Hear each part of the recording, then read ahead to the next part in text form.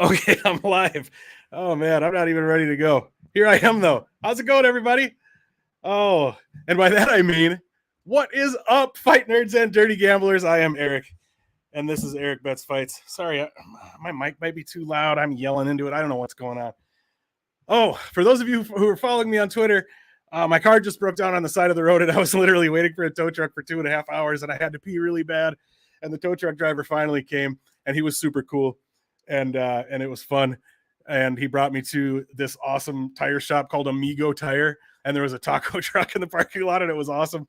And anyway, I don't know. I'm in a good mood. I just had a weird thing happen, but it wasn't like a bad thing. It actually ended up being a bit of an adventure, and it was sort of fun. So, yeah, hey, how's it going, Patrick? Oh, Patrick's here. I think we got some other homies that are going to be popping in as well. My guest tonight was supposed to be Kyle Miller from Never Hedge Media. He may still be popping in. I did message him earlier. I let him know about the situation with the car, and I told him, like, hey, man, I don't think I'm going to make it back in time. So we basically canceled or postponed the show. And then when I got home, I decided, you know what? I kind of still feel like doing the show. So Kyle, if you're watching, if you see this, I apologize. It's kind of rude of me to like cancel and then do the show anyway. But I did message him and say, hey man, if you want to hop in, go ahead and hop in. So we'll see. Maybe he will. I don't know. But anyway, I'm not. Oh, we have 3 live viewers right now. Hi, hello everyone who's watching. I see Patrick there. I don't know who else is watching. If you're new here, usually the show's a little bit more structured. But yeah, I just kind of decided that I felt like having some fun rather than taking the night off. So I popped on to do the show. Okay, just 1 second. So yeah, the way that we roll on this show is every week we talk about our favorite parlays and our favorite props for the upcoming UFC card. So obviously right now we're doing UFC Vegas 58, headlined by the battle of the Rafaels. Well, one Rafael and one Rafael. I might have a special guest coming in here. I might have a few special guests coming in here. You never know. I don't know. We're gonna turn this into a party. We'll see what happens. But yeah, so we're gonna talk about some of our myself and possibly some special guests that might be popping in here. I'm just kind of working on that a little bit right now. This is one of those things where it's just a party. We're just gonna roll and we're gonna see what happens. You know, we're just gonna see what happens. Oh, you may have just received a link in your Twitter. So anyone who's watching right now, go ahead and look at your Twitter. You never know. You may have just been invited to be. It's like The Price is Right. Come on down. If you get the link in your Twitter, come on in. Okay. All right. I'm getting a little crazy here, but so yeah, you know what? I'm going to wait and see if any of my guests that I've invited at the last second here do show up. But we could talk about how things went. We could talk about how things went a little bit. Oh, I think one of my guests might have just shown up. We can talk a little bit about how things went last time. Let me see here. Actually, you know what? The last time I did the show was going back a little ways here. So the last time I did the show, I did hit the prop on Cody Durden by KO at plus 460. So we'd be going all the way back there. You know what? I'm not even going to bother with it. I'm not gonna talk about all that. I'm looking at my notes to see if I actually am ready for tonight's show. I'm ready enough. You know what, folks? Without further ado, I think we're just going to go ahead and bring in a guest. I did have somebody this is a man he's always willing to pop in at the last minute. If you got a show, this guy's ready to go. He doesn't care if he knows what the show is. He doesn't care if he's prepared for the show. He will pop in and he will get the damn thing done. I am talking about none other than the man himself, Lou Betcha. What is going on, Lou? Sorry, I'm busy writing on Twitter that you're live right now. Yeah. Erik is live right now and so bad at promoting himself. Oh, here we are. I think I made a post. I think I did. I started to make one. I can't remember if I actually made one or not, but I think I did. So look, I don't have any alcohol in the house, but I didn't want to disappoint you by not having proper glassware ready. There it is. So let's say it's vodka, even though it's like it's water. Dude, I'm drinking. It's vodka. I'm drinking Diet A&W cream soda. So that sounds way better than the water that's literally in this glass. It's pretty good. It's so good that I grabbed 2 cans so that in case I run out, I don't have to get up.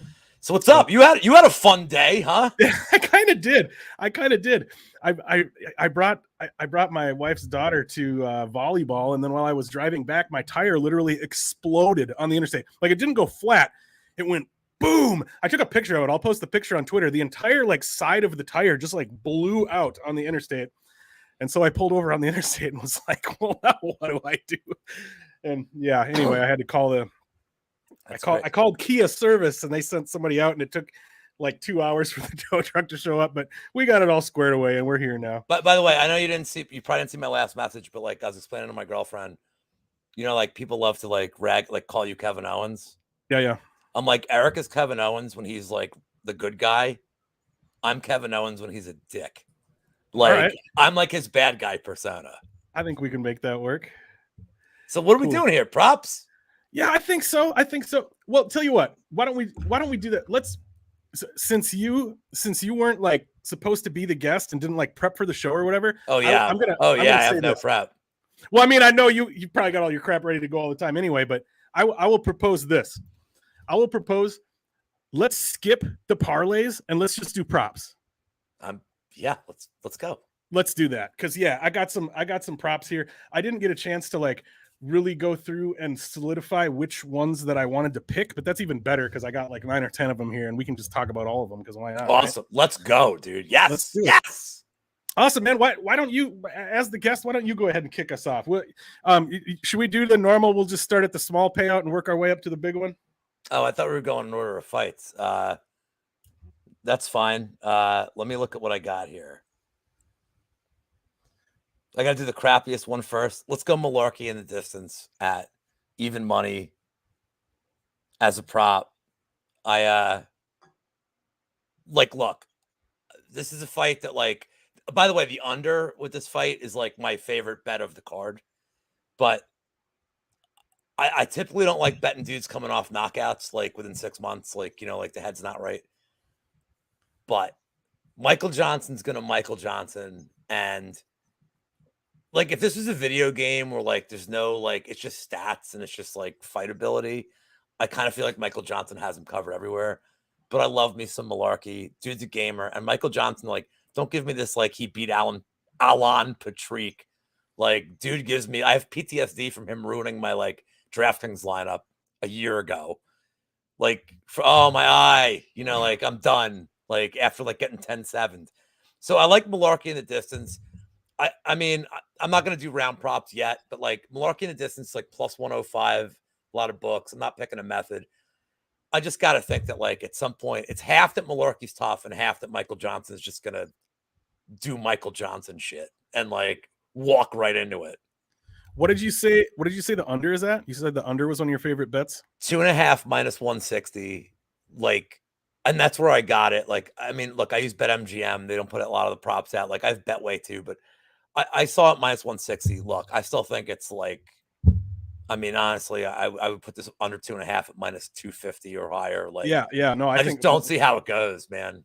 Minus 160 still seems pretty bettable to me. And yeah, it's so hard to know what to do with that fight because, like, I mean, obviously the sort of like classic narrative on Michael Johnson is, I mean, he's borderline elite when he's on, but you can't trust him to be on, you know. And it's like, okay, so he was on last time.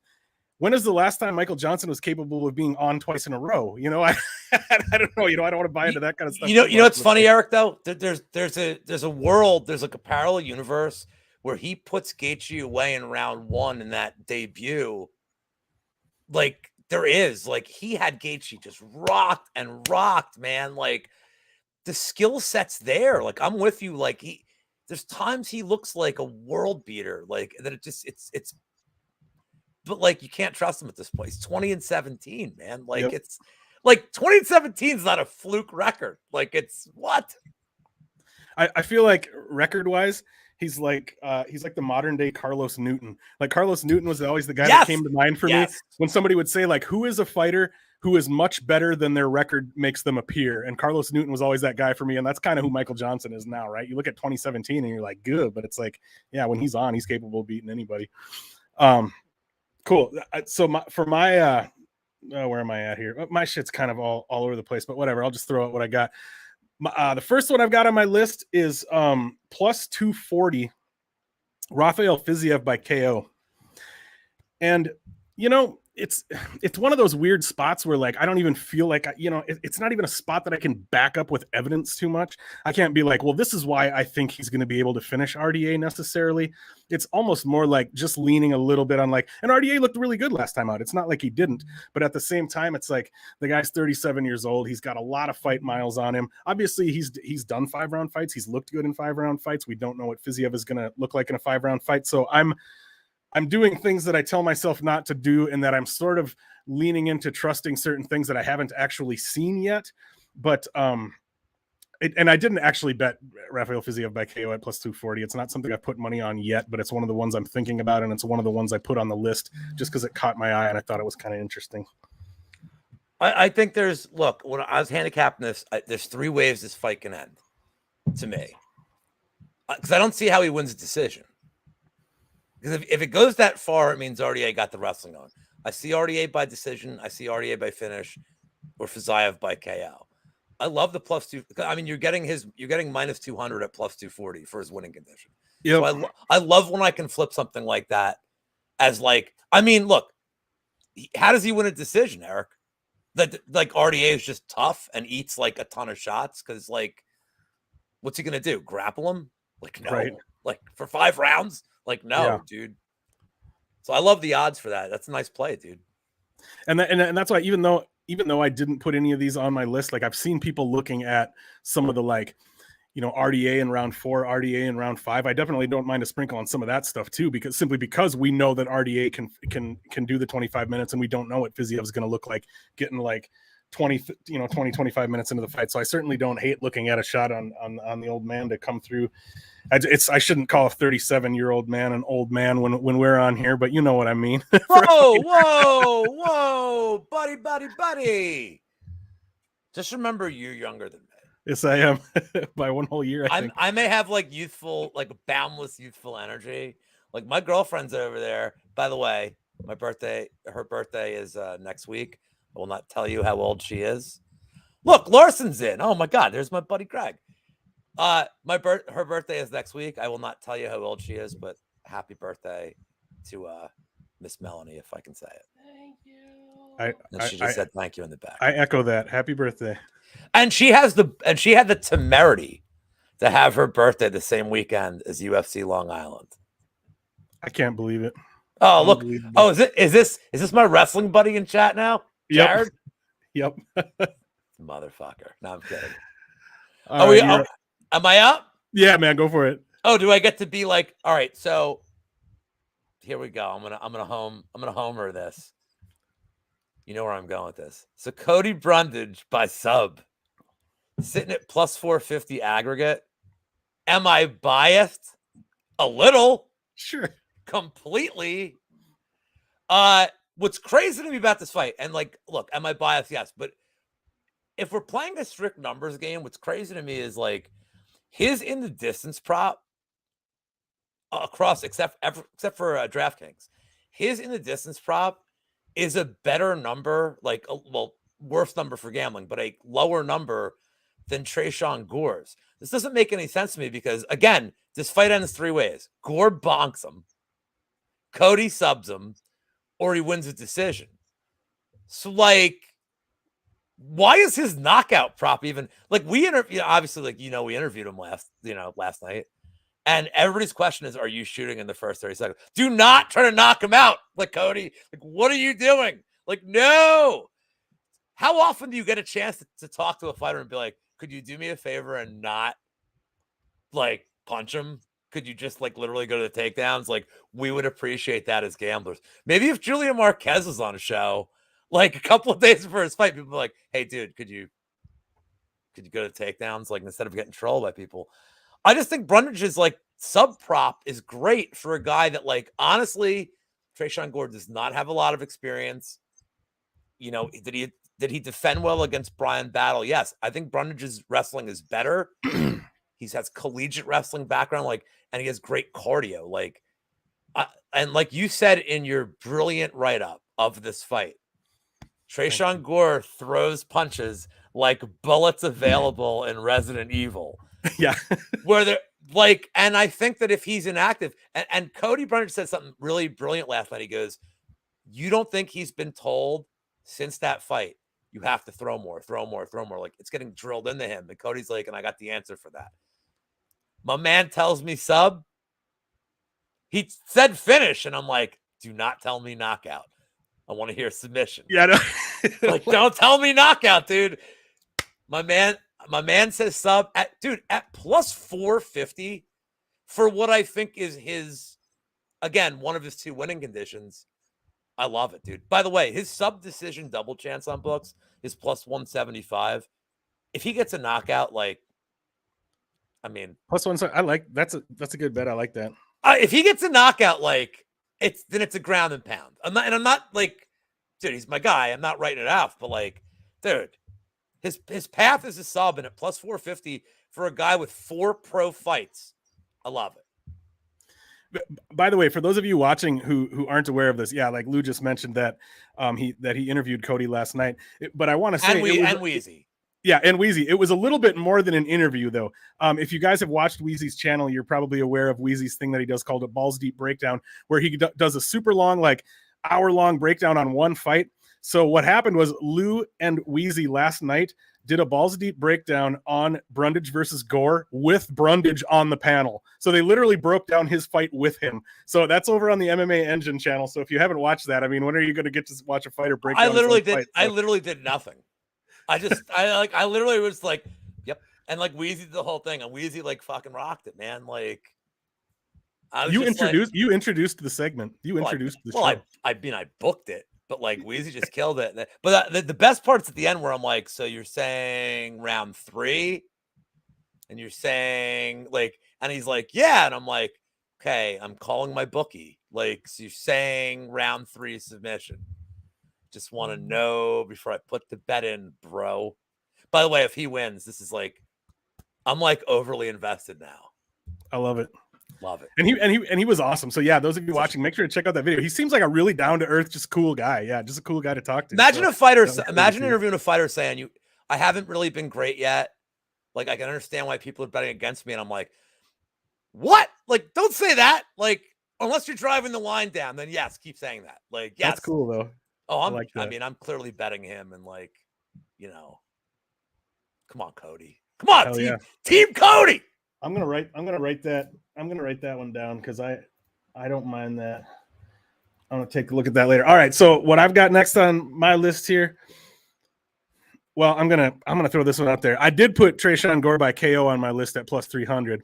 Yeah, we're skipping that one now. We're not gonna do that one anymore. So forget that. So this is what I'm gonna give you instead. I've got Said Nurmagomedov by decision at plus 245, which is actually a spot I like a lot. I do like Said to win that fight, and I think the reason that we're getting, Said's at, I think he's up at like minus 330 or something like that now, and I think the reason that we're getting such a good number on him by decision is because he has bonked a couple people lately. But I don't, I think, looking at the matchup more specifically, looking at Douglas Silva de Andrade, I mean, look at what happened to him last time out. The guy got absolutely murdered in the first round. And not only did he come out and say, nah, you didn't get me, he said, I got something for you. He's a tough guy. He's an absolute monster. And I do think Said is gonna have it all over him. I think Said's gonna be able to just kind of dance circles around him. He's gonna be quicker. He's gonna be longer. He's gonna be more technical. He's gonna be more accurate. He's gonna land more strikes. But I don't see him finding the finish. So I really like that plus 245 because I am really confident in Said to win the fight, and I'm fairly confident in him to not find the finish. So I do like that spot quite a bit. Your friend Jared's a crazy man. Chase Sherman 3rd round finisher plus 1,600. He's giving away one of my spots. Well, so what number do I have to beat now? What's my number? It doesn't really matter. I was at plus 245. It doesn't really matter. All right, let me give you a weird one. And I have 2 bets on this fight that I like. Well, you're gonna know the other one. We'll save that for later. But, I already know it. But I'm gonna pick the same fight. I'm gonna play, and like, so there's gambler's intuition here with a lot of this. And like, this is a card that's been really tough to handicap and bet. A lot of the fights, it's not so much that it's tough to pick winners. It's tough to find value. And that's been like kind of and I get the impression that we're in for one of these like weird thing happens kind of nights. Carl Roberson decision at plus 650 is a bet that I'm kind of intrigued by, and I'll tell you why. I'm already writing that one down. So Roberson's biggest problem, and by the way, like I will get to Vandera my next turn because my analysis is like just never going to be beaten. I'm really interested in. So Roberson's biggest problem is letting people lead the dance, but Roberson's whole thing is like he'd never been. Oh, my boss wants to watch the video. That's awesome. The biggest thing for me. Sorry about that. The biggest thing for me with Roberson is he'd never been knocked out until the Roundtree fight. Roundtree is having like some kind of like career resurgence right now, and it started with that like with the Anders fight.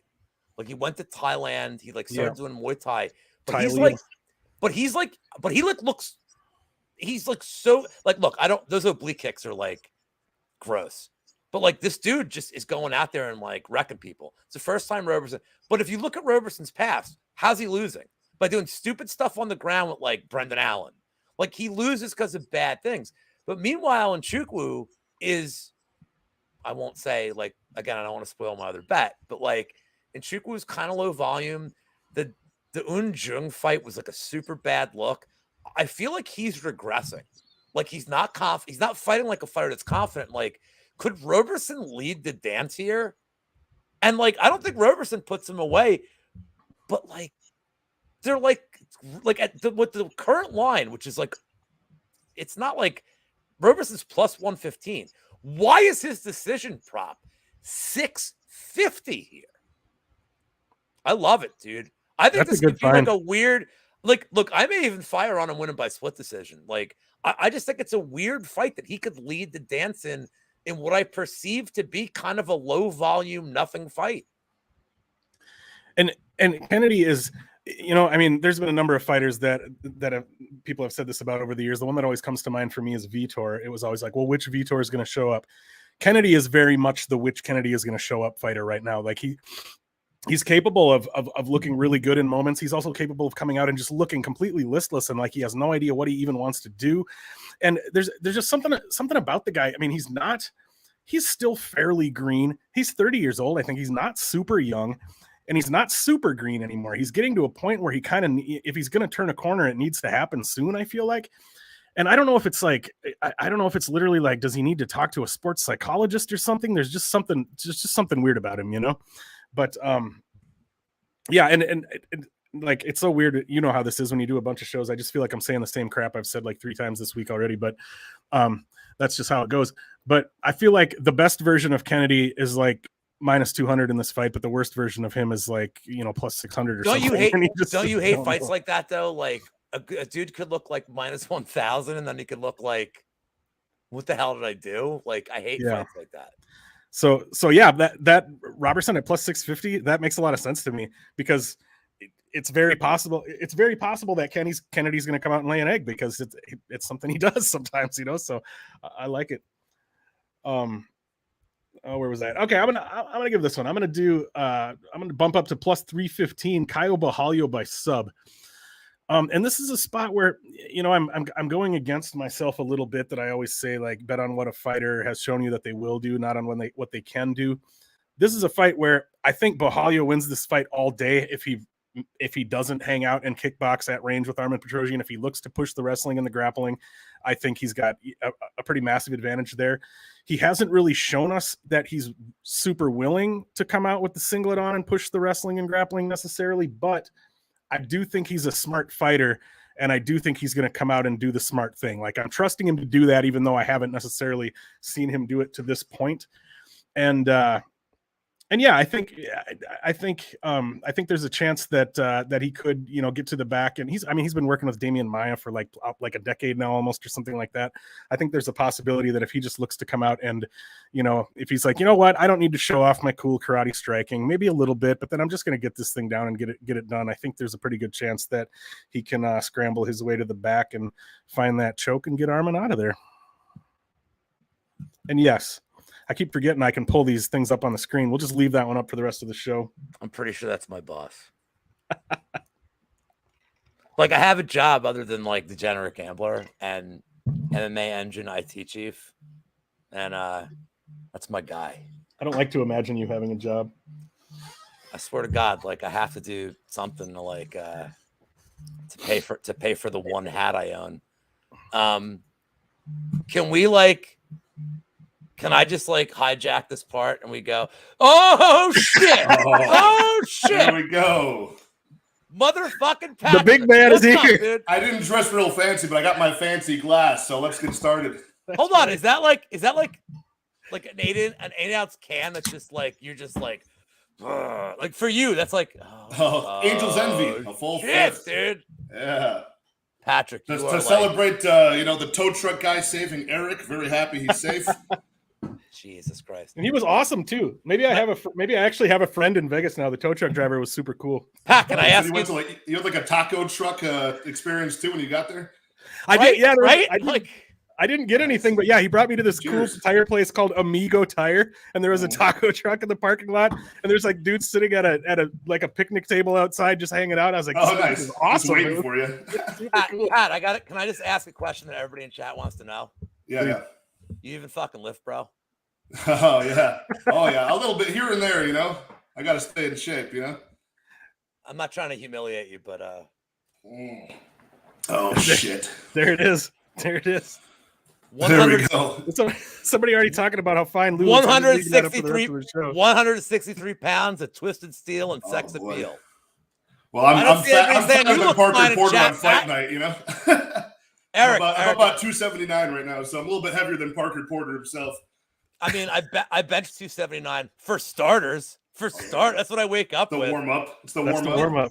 I like. What fight are we on, boys? Well, props we got. Oh shit. We're actually just we skipped the parlay part. Basically, We're doing like kind of a half-ass version. We're kind of just talking about props we like. We're not even really doing much of an order here. We're kind of just throwing it around. Watching the BFL, that Canadian league, just on UFC Fight Pass, just passing the time, feeding the addiction before fight night.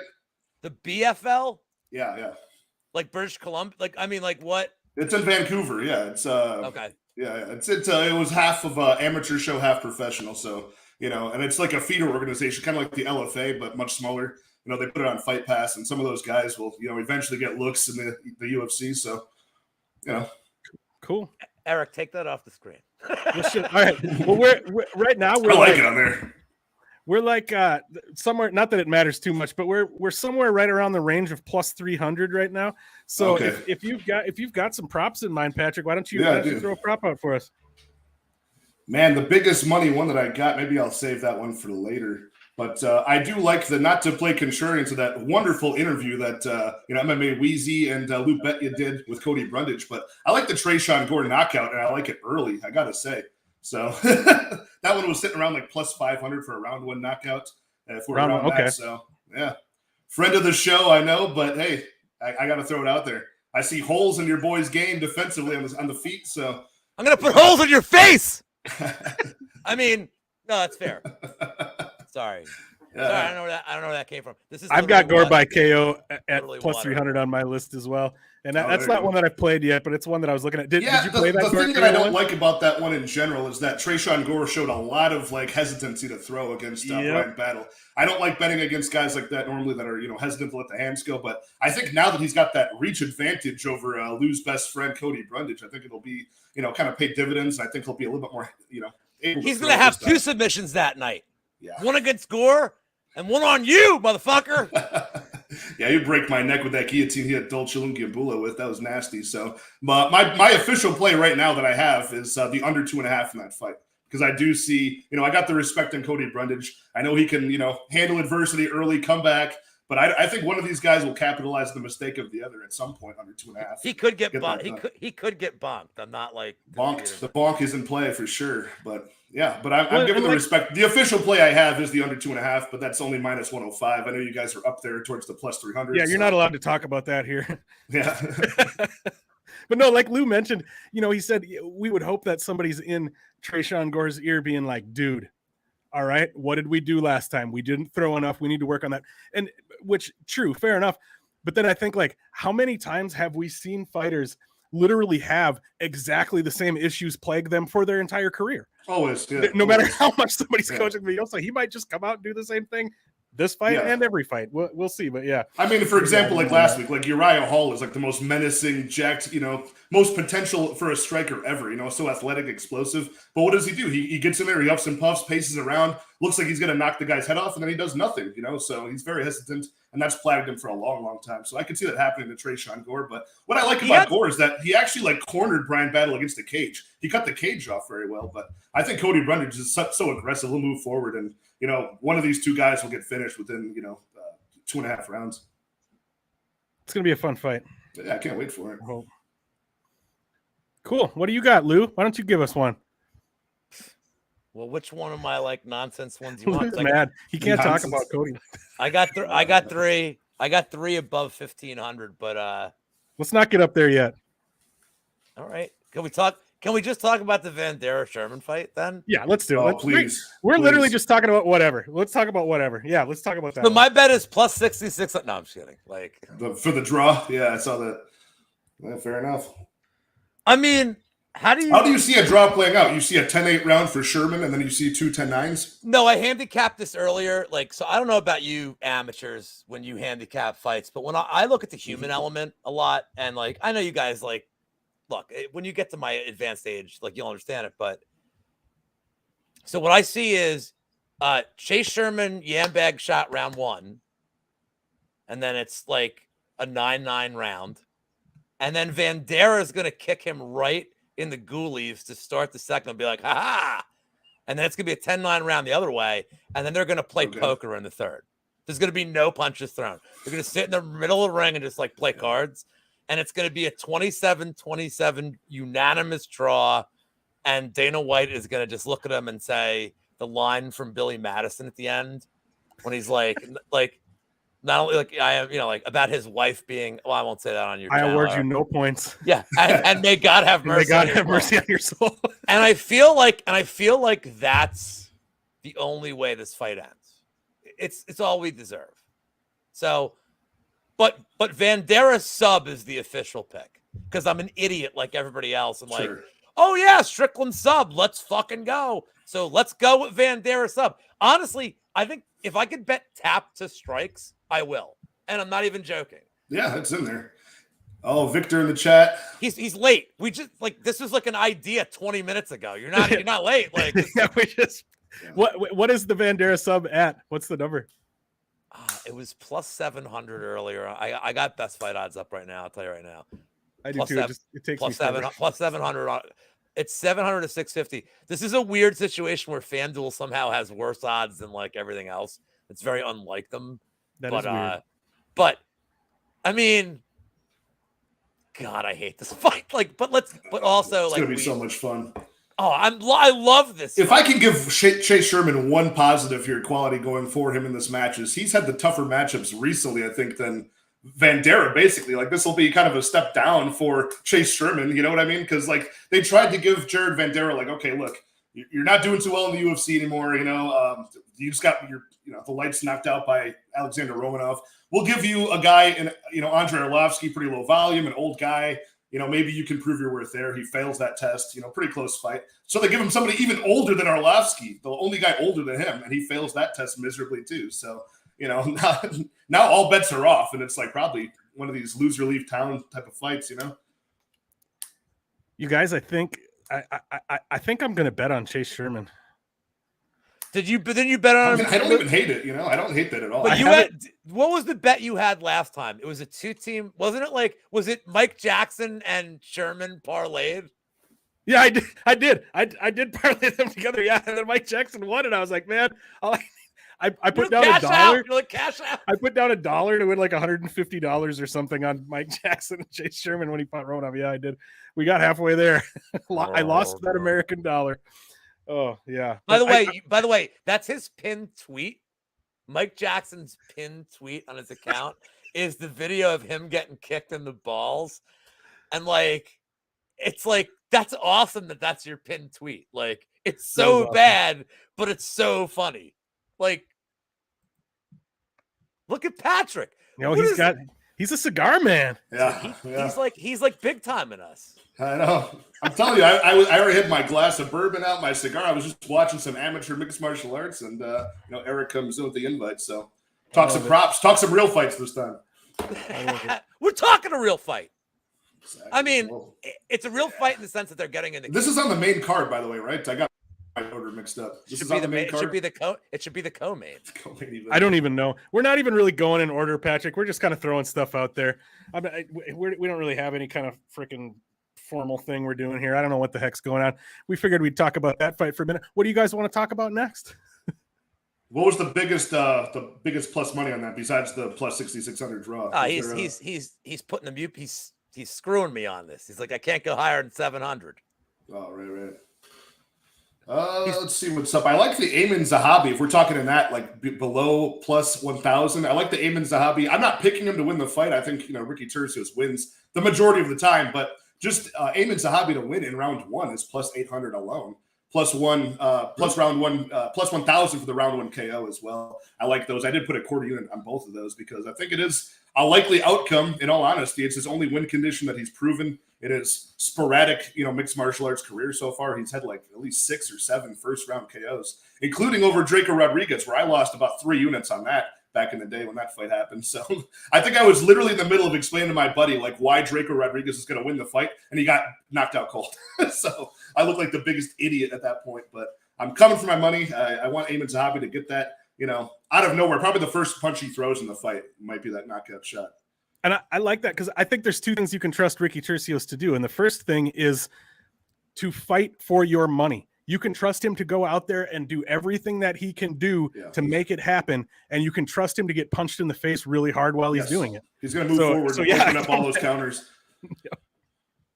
What were you going to say, Lou? I honestly like I'm not betting this fight from just a straight bet perspective. I like everything you guys are saying is true, but like Patrick's saying like Zahabi round 1 KO. Like he's the better puncher. The biggest problem with Zahabi is he doesn't fight a lot, and when he does, he's not active. Right. But like skill for skill on the feet, he's better. He literally is a better fighter. Like I just don't think Turcios is that good. No. He throws like he flails his arms a lot. Like I'm not saying he's not active, but like if he's this great martial artist, and so is Chukagian, because they kind of do like just similar like throwing a lot of volume that doesn't hit, and it looks good to the judges. Like, and this is not a knock on Turcios. Turcios is kind of young in his career, and I understand it. I get that he's a gamer. And like to Erik's point, like, yeah, he fights for your money, and I love it. But man, like Zahabi, like just skill set, if he would just throw, is good, and he could bonk him round 1 easily. Yeah, easily. And he has 1-punch power. Zahabi does have 1-punch power. The question is, will he throw more than 1 punch in the first round? That's the problem with him. His volume is so disgusting. Yeah, the chances of that happening are so low because he doesn't let it go. But if he connects, like I mean, he has the power to do it in the first round. So I kind of like that look a lot. Like I looked at his in the distance stuff too, and it's like plus 500 for the KO, I believe, is his just a fight KO. And like his cardio, I think his cardio, he's never had cardio issues. So like if you like Zahabi, I don't see how he wins a decision. Like there's no way he wins a decision here because he's not active enough. It's either he gets a KO or he loses. So like if you're going to play him, turn the plus 165 into plus 500. You may as well. Right. I'm with you. On the flip side, I like Turcios by decision if that's the flip side. If that's the 2 outcomes. I think that's where it goes. Well, that's the real bet. Like that's the most likely outcome. No, but I'm with you. Like that's a good look, dude. Yeah, this is one of those spots where you can almost just take both sides and chill. Bet Ricky Turcios and then put a little bit on Zahabi to find the finish, and there you go. You got it. I did my full card breakdown for that fight, and I marked down like certain when I'm doing the tape, and it was the holiday weekend, so they didn't drop those props, the specific props very soon on Monday like they normally do. So I wrote like a little note of like where I need to fill in. I put round 1 KO Zahabi, and I bet it was going to be like plus 400 or something low. And I saw that they dropped it at like plus 1,000. I was like, oh, okay, I'm taking this for sure, just a quarter unit. Why not? That's badass. Erik, your turn for some. Is it nonsense. okay? I couldn't remember for sure. Well, all right, Erik, we didn't all have adventures today with like with like blow up dolls and taco trucks and like fucking weird shit. Like you had a fun day. And then when I got home, and Patrick looks like he's having a blast, and I'm like just sitting here, waiting to make quesadillas. When I got home, my wife and her kids were like, "We're taking the dog to the dog park. Do you want to come?" And I was like, "Wait, that means I can have the house to myself for a little while and just go online with my friends and do a dumb show real quick?" Like, yeah, go ahead and go to the dog park. I'm going to do that. So that's why we're here. Anyway, I got one. You were right around the 1,000 range there. I'm going to hang out right around that same area. My next one is plus 1,100. I got Michael Johnson by KO in round 2. And this is you guys, we have 16 viewers right now. I swear every time we bring Patrick on the show, we break records. My most viewed video on my channel is when I lose out. Here's when I brought Patrick on Big Money Bets, and I think 16 is the most live viewers I've ever had on the show at one time. So thank you to everybody who's in here right now. I really appreciate you guys being here. But when I was watching the tape for this fight, I got it in my head that Michael Johnson was going to win. And I couldn't even necessarily like give a really great breakdown of why I think he's going to win. But it was one of those things that's just been stuck in my craw. And I'm like, man, I don't know. I think Michael Johnson, like Lou and I were talking about, he had a good showing last time. So it's like, so now he's got to come out and shit the bed, right? But it's like, he looked good last time. Maybe he can do it again. And I guess the closest I can give to some actual technical analysis as to why I can see this happening is that, what's his ass, Malarkey? He sits down pretty hard. He overextends. He puts himself in positions where he can be countered. And Turner Turner's got that like nice loose kind of boxing style where he's able to, not really load up and just find those quick counters when he leaves those openings. And when Johnson's at his best, he can do some of those same things. He's not the same fighter as Turner. He doesn't have the same size and whatever, but he has that style where he can find those counters in those spots. And I think if he's able to kind of start putting it on Malarkey a little bit in round 1 and then start putting it on him a little bit more in round 2, maybe he's able to find that finish. It's not something that I'm going to be like, bank it, but it's something I don't mind putting a little sprinkle on. Yeah, I don't mind it at all. I like Jamie Malarkey's chances, but I don't mind that. I think if he loses, it'll probably be that way, inside the distance, to be honest with you. I don't see Michael Johnson running away with a decision, most of the time here. Patrick, yeah. I don't know if you heard me say this earlier, but like I said, there's a universe where he beats Gaethje in round 1 because he was crushing him in round 1 of that fight. And then like you wonder about the trajectory of him. Like you just beat it's infuriating with him. Like you see the talent. Like it's like Erik saying round 2 KO, 1,000,000% on the table. Like I have it written down. It's funny. I have that literal prop written down, and I'm like, yeah, but like Malarkey's my guy, and like, yeah. But again, knocked out within the last 6 months, man. Very like dicey to bet a guy that has been knocked out in the last 6 months. What is really the culprit? Now that we want to get into like some just free talk here, what's really the culprit for Michael Johnson's like weird performances? Is it the age? Did he like age out too quick? Because he never really took any time off. I don't think he had any like substantial injuries. He's always been like a Black Zillions to Sanford guy, right? Like, what's really the cause of his issues here? Like, of course, he's got a huge strength of schedule, but what else? Mental. Yeah. I think it's not the skills. Even now, Erik, do you think the skills? I don't think he has diminished skills. It certainly didn't look like it last time out. No. I just think he's like in his head. Like I think like, I mean, this is just me. Like the Gaethje fight, he threw everything he had at him.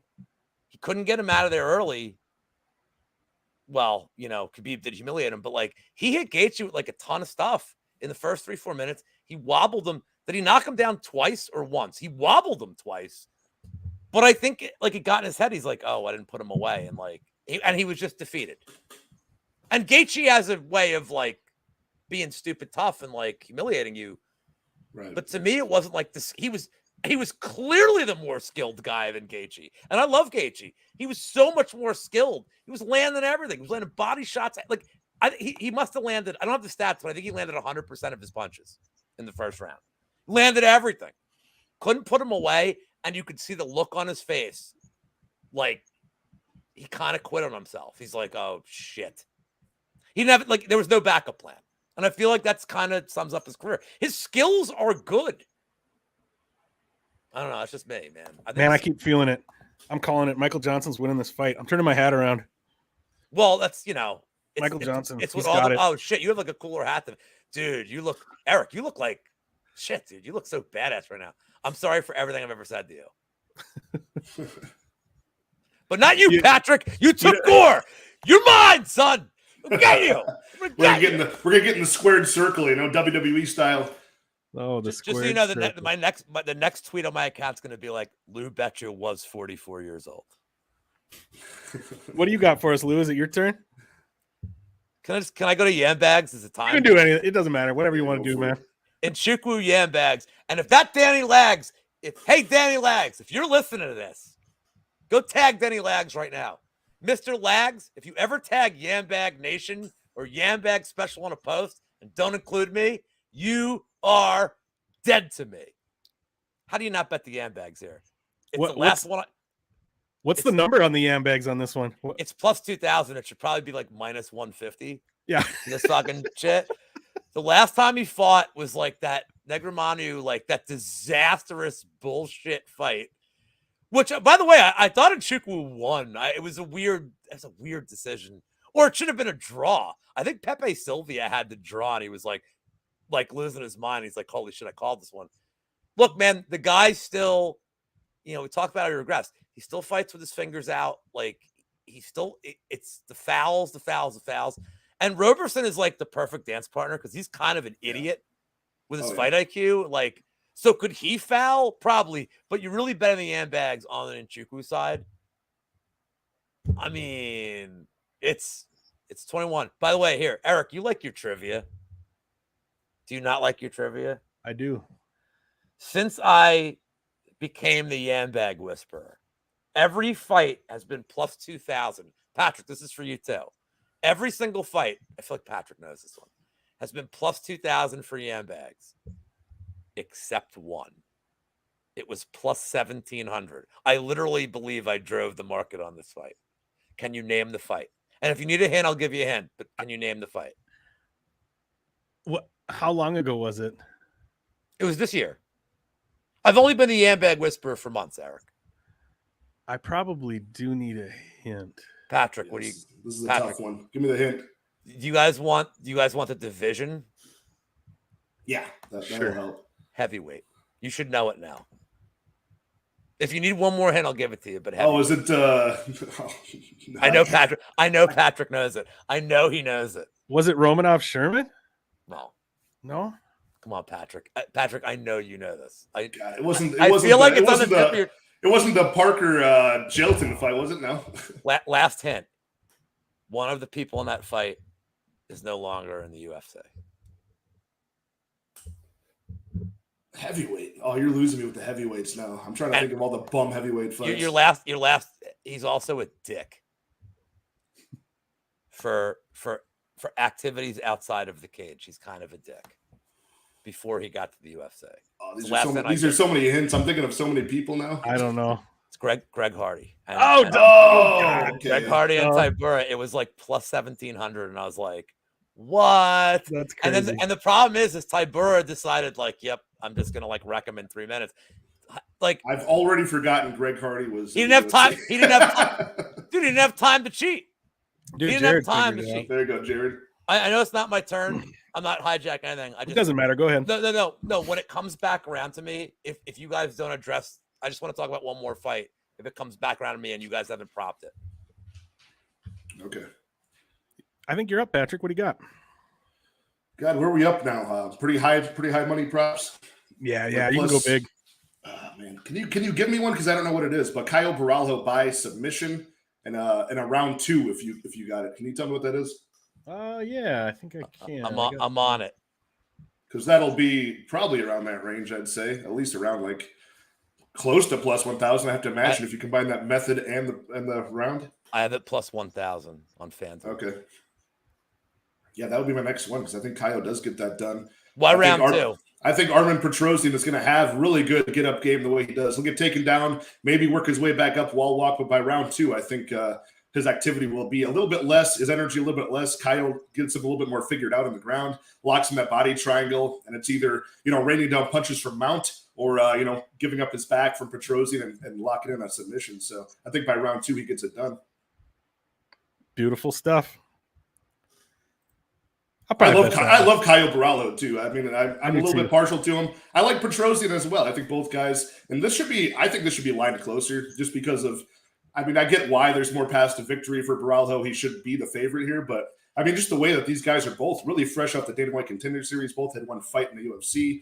Petrosian with the more impressive victory, even though I don't think he won that fight, but way more impressive. But close. But would you call it a robbery or just close? No, close. In the moment, it felt like a robbery, but I think it was close. And even if you go on to MMA decisions, I think 10 out of the 14 media members called it for Rodriguez in that fight. And that's what I totally thought he was going to get his hand raised. I didn't even think it was a question. That fight I was shocked. I was shocked when it was a split. That fight was a blast, by the way. I had a bet on RoboCop there too, so I was a little bummed, but I agree with you. It was close. I don't think it was a robbery. That was a great fight.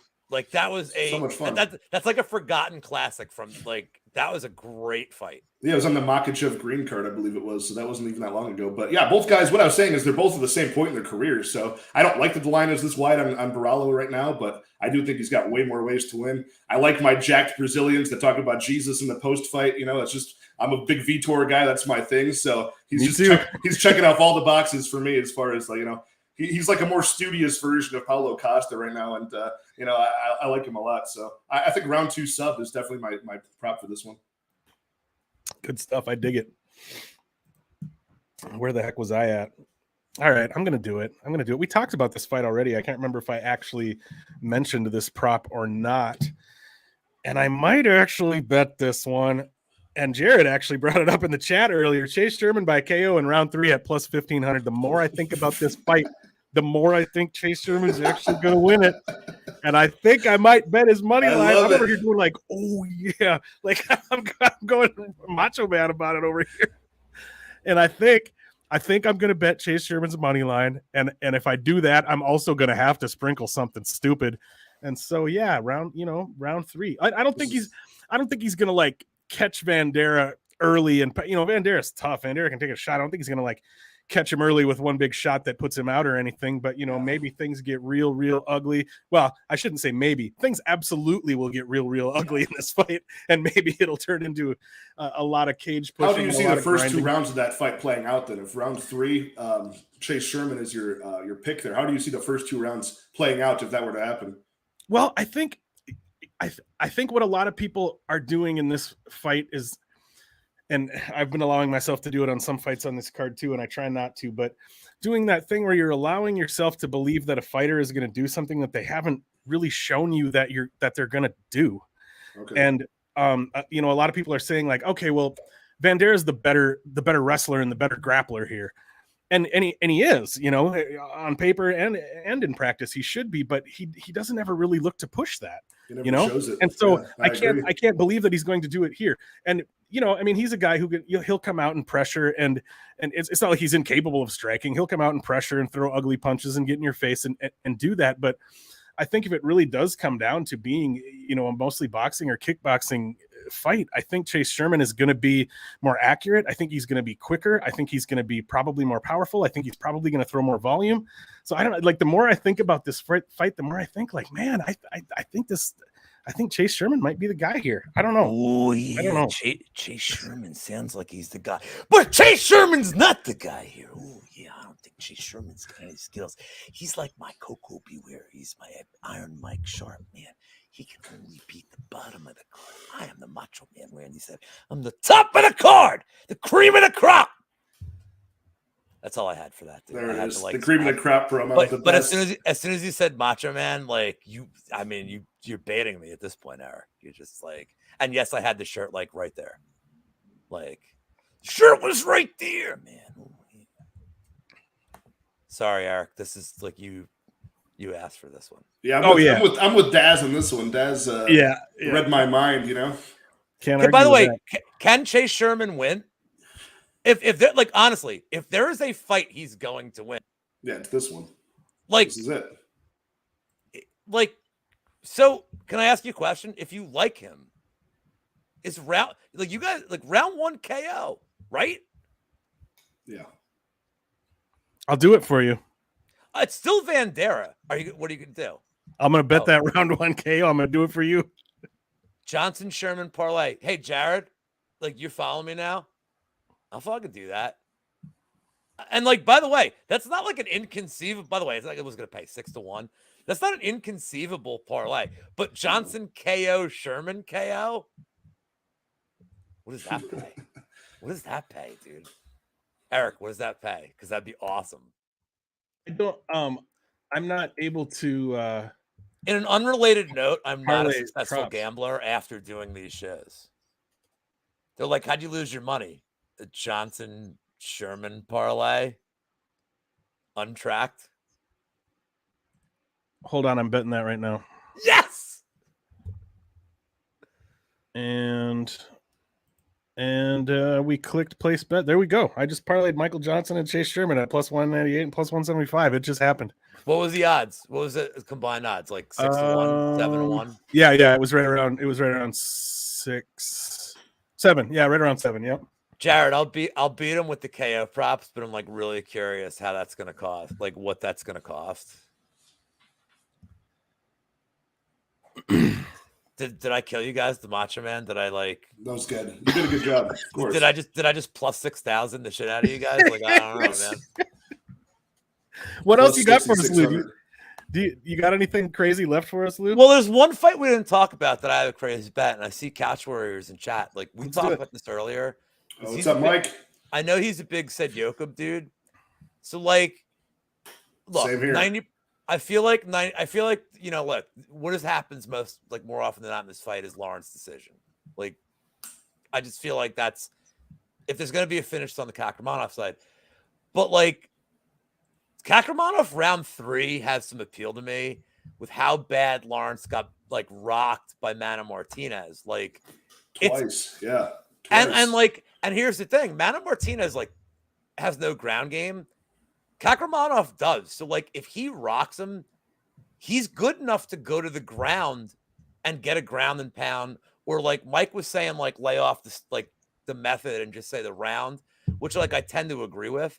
Mm-hmm. But if he rocks him, I think everything's in play. Like with him on top of Lawrence in the third, it's interesting. It's super interesting to me. Kakramanov like has a full camp. Like he's managed by Iridium, which apparently I think 98% of the fighters on the roster seem to be managed by Iridium, because literally everything in my feed is like, then there's this guy fighting by Iridium. I'm like, who manages the other 2% of fighters? Is it like Bob's agency of like fight guys? Bob Evans. Bob Evans manages Chase Sherman, Parker Porter. I'm like, I wondered, like, does Daz manage them? You know, probably. Yeah, Daz is all of those down under guys for sure that were on the card. Like, is this why Daz is in chat? He's like recruiting. He's like, yo, he's like, oh, you're not signed by Iridium? I'm like, I got room. Like, I totally got room. I got room over at Bob's agency of fight guys. See, Daz, look, now you're part of the show. I love Daz.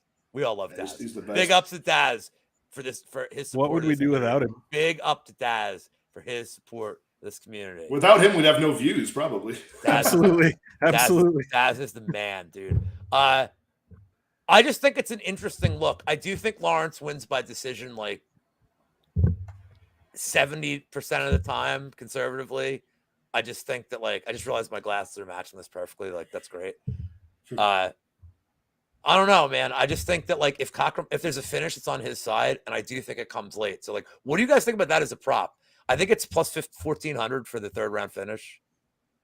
That's Kakramanov to finish in round 3? Yeah. Is it KO specific or just finish? Nah, just to finish. I mean, I do, like, I like the KO there, but you don't get greedy at plus 1,400, you know, sure. Like you just, because God forbid, like, he's like, what do you mean he got a submission? Like, God, no, you're just like, you're happy. Yeah, that'd be the biggest pain ever. Oh yeah. You're like, great. Except for like the Kyler Phillips one where I'm like, you know, poke on the round 3 sub. Cause like, if I hit it, I'm like ridiculous, but that was the first Lou bet like parlay I ever actually tailed you on. Cause it was amazing. And it's all downhill since. It's been all downhill. That was great. Cause then it was who was fighting Roxanne Modafferi in her retirement fight in that one? Who was fighting what? It was because you had parlayed that. You parlayed round 3 Kyler Phillips with Roxy and Casey O'Neill.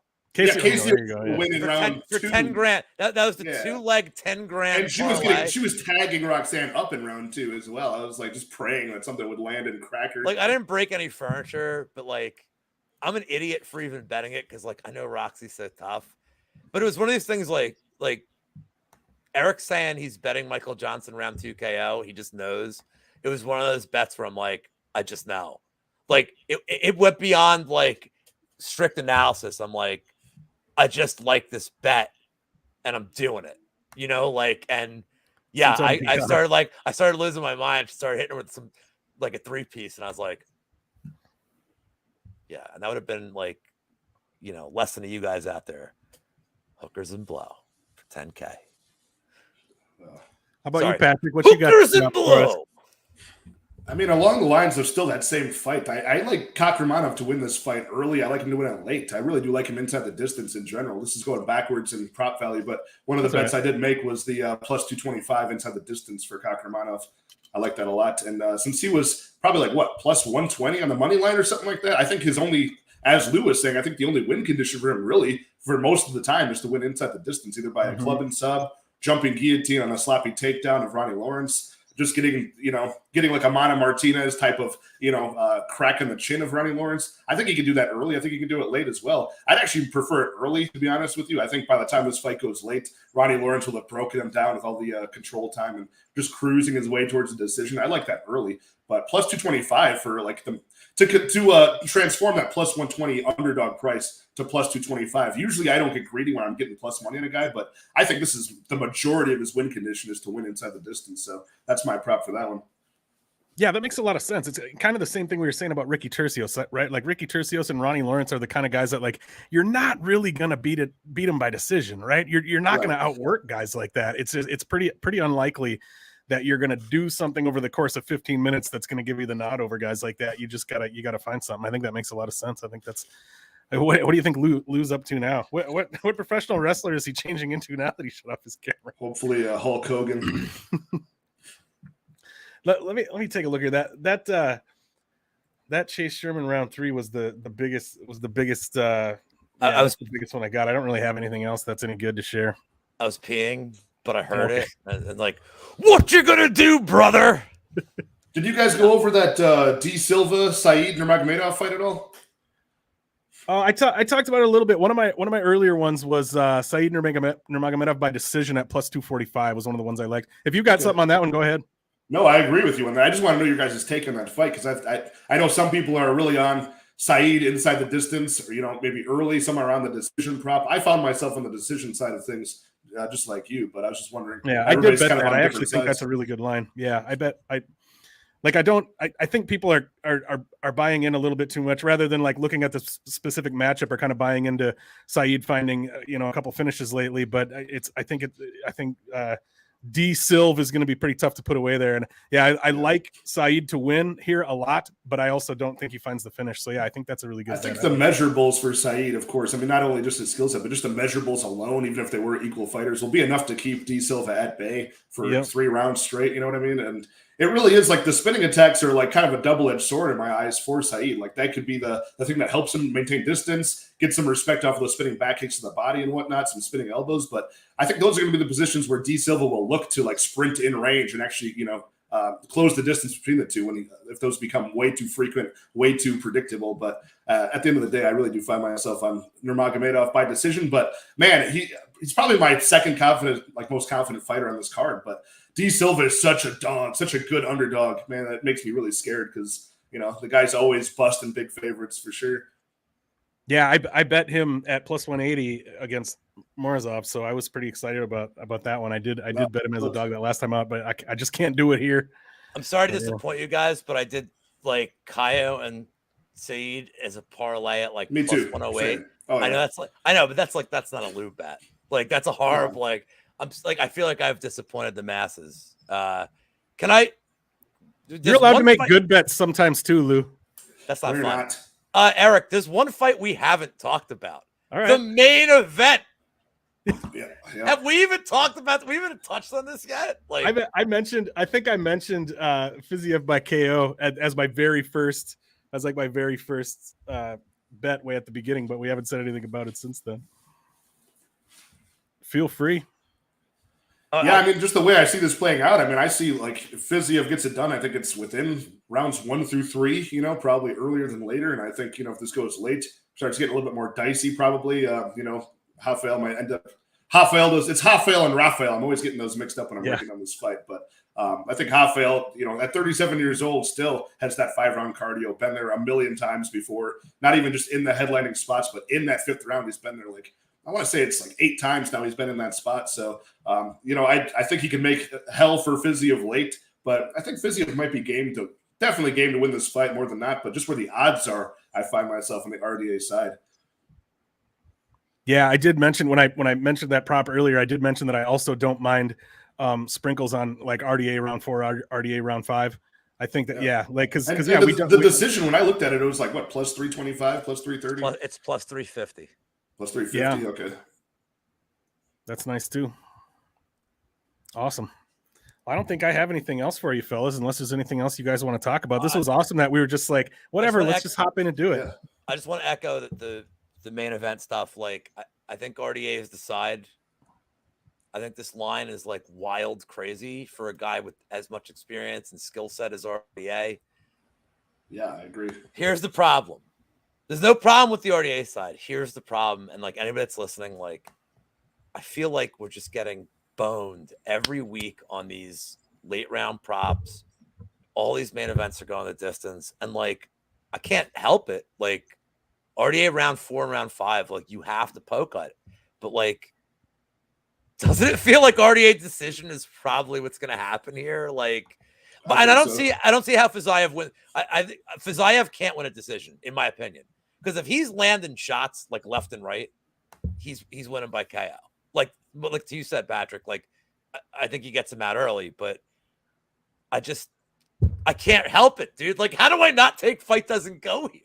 Yeah, with the way that Fiziev has faded in the past by round 3, and now he's going to have to see round 3, round 4, round 5, absolutely. Especially if things aren't going his way. If the tide starts turning in RDA's favor in round 2 and round 3, I don't think he's going to come back in those later rounds. I think the momentum, once it shifts, it'll keep going in the way of RDA. You know what I mean? So if he's getting outstruck in the feet round 1, 2, and 3, that might continue around 4 and 5. But if that tide starts switching in round 3, for RDA, I think he continues that momentum through the later rounds and wins. I think like,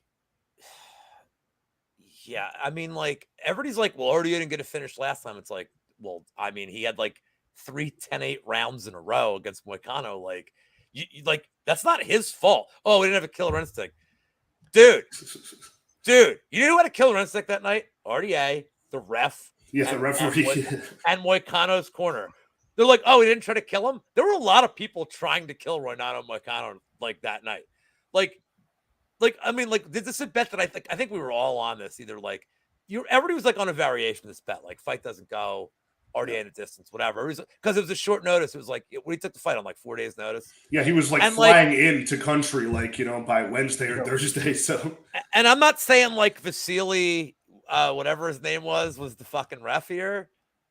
Like the guy that was the ref for the Zaleski DeSantis, Vyacheslav, whatever his name is, right? Like, right, like, but my favorite ref. I wish he would get licensed here in the States, man. I really do wish he would. But it was one of those fights where you're like, how is he not stopping the fight? Like, the dude's face is hamburger, and everybody's like, he's not stopping it. Like, this was like a rig job, and it was like, and then RDA's like, got the fight won in the 5th. Like, he knows he's not getting tagged, and then like Moicano took him down. It was like you almost feel like RDA was like, like that dude that like, there's like a Kids in the Hall skit from this like a while ago. Like, you beat the guy up and like you walk away, you're like, fight's over, and he's like, just, you got nothing.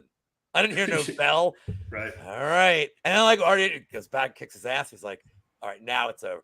I'm still up. And it's like, by the 5th round, RDA was like, all right, dude, like, I'm just gonna like take you down. And like, come on, dude. Like, did he attempt any submissions at that point either, though? Like, was he just content to just kind of use his energy in the 5th?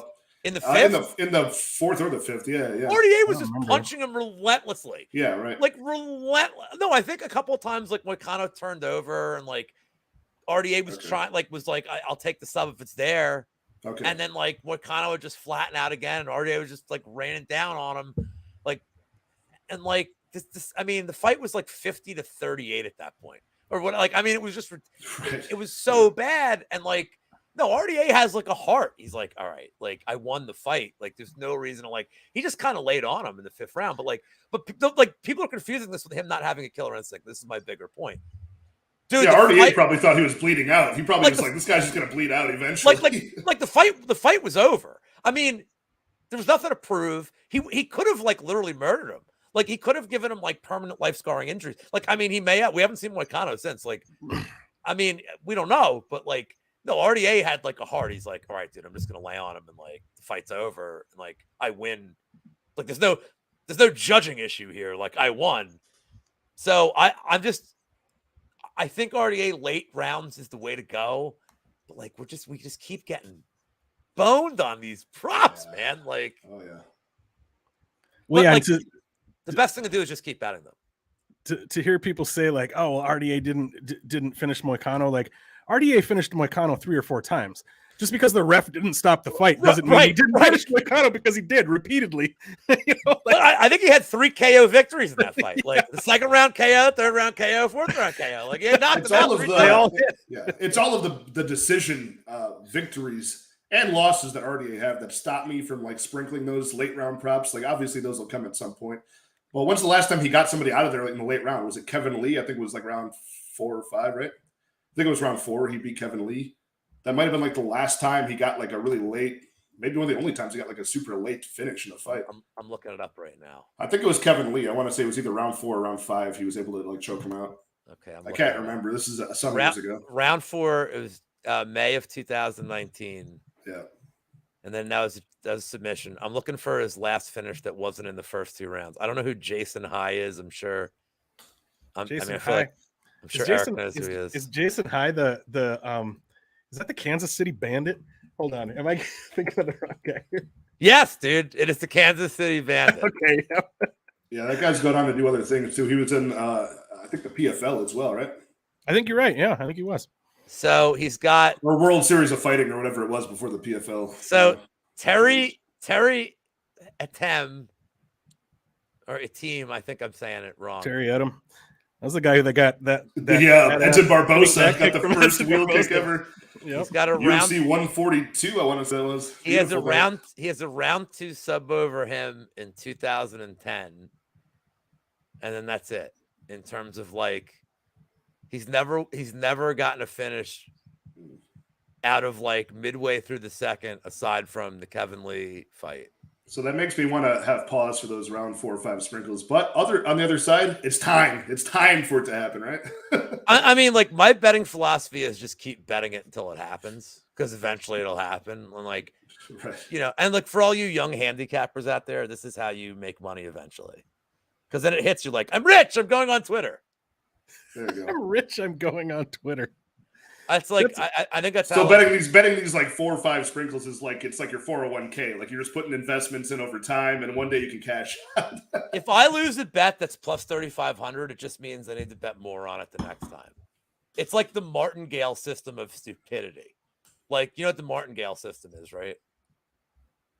I'm not sure. The blackjack system, like you lose a hand, you double. That's the one where you just double every time. Yeah. Yeah, it might be called Martindale. I'm confusing Wink Martin. I think I'm confusing Wink Martindale for Martingale. It's the Martingale system, but you keep doubling but it assumes you have an infinite roll. But to me, you just keep betting round 3, round 4, round 5 until somebody gets knocked the F out, and then you're rich, and then you're like, I knew it. Like, and that's how you guys, that's how you succeed on Twitter. You sweep the ones that lost under the rug, and you talk about it a lot when it finally hits. Erik, sorry, I forgot the most important point. As soon as you hit it, the next line out of you has to be DM for VIP packages. Yeah, oh yeah, because you've proven yourself at that point. You've got a proven track record of one night. And make sure your screen name says like pro, expert, guru. Like, this is not knocking on Guru, our guy. I'm just saying, like, make sure your name has like legend, just something in the name and then like MMA. That's why oh, that's why I he's made sure serious. to make my name completely factual. It's not I- claiming I'm good at anything. I'm just telling you what I do. Doesn't mean I do it well, but you can't argue that that's true. I do that. But you have a badass font.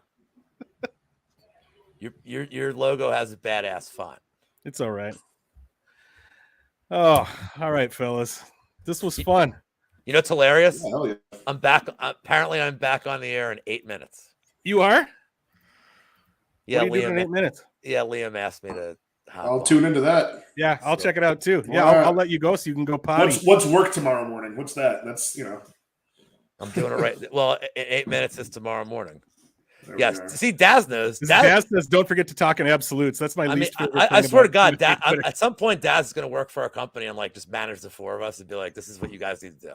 Like, that's what he's, because we need leadership. That's not a raving lunatic. Well, and who has a better like overall sense of this community than Daz? Daz attends every freaking show in the chat. Daz knows this community and the people who are in this community better than anyone. Like he should be a consultant or something for people who are starting new YouTube pages. He's like, yeah, you don't want to do these things, and here's your background, and you're gonna not want a smoking jacket because that's Wheezy's thing, and you're gonna not want like and your hair. Look, man, it's too close to Brady's. Like, you're gonna want to like. Daz knows. Awesome. Well, I think I'm going to tap out, fellas. Thank you so much for coming on. I really appreciate you guys just Of course. being willing to hop on and do this at the last minute just for the heck of it. Anytime. Thank you, Erik. Awesome. I'm gonna go get something to eat. Thank you to everybody in the chat. We got up to 20 viewers at one point. We've got 19 likes already. Like, not only were people coming in here and hanging out, they were actually throwing the likes down without us even asking them to. So you guys are awesome. Daz and Larson and Steiny and Jared and Couch Warrior and whoever else I forgot. Thank you so much for being here, everybody. We really appreciate it. I am Erik with Erik Bets Fights. Have a great night, everybody. And well, I was going to say, I mean, yeah, why don't we do it? Let's do it. Lou, tell us where they can find you. Everybody knows anyway, but do it anyway. Lou Betcha on Twitter, and you know, the local apothecary just loitering outside hoping for handouts from 80-year-olds. But more likely Lou Betcha on Twitter. And don't forget the MMA Engine on YouTube as well. Yeah, I know, but that's what I'm loitering outside the apothecary. Are these old-timey terms not working for you? Should I mention the haberdashery I hang outside of? Haberdashery, the apothecary. How about you, Patrick? Drop it. Where you at? Hey, come and give me a subscribe at Addicted to Combat on YouTube, doing breakdowns, best bets and props, some recaps, and you can find me at Combat Addict 1 on Twitter. I love to talk fights with anybody who wants to talk fights at all times. Awesome. Thanks so much, fellas. Again, thanks to everybody in chat for being here. Have a great night, everybody, and enjoy the fights this weekend at UFC Vegas 58. We are out.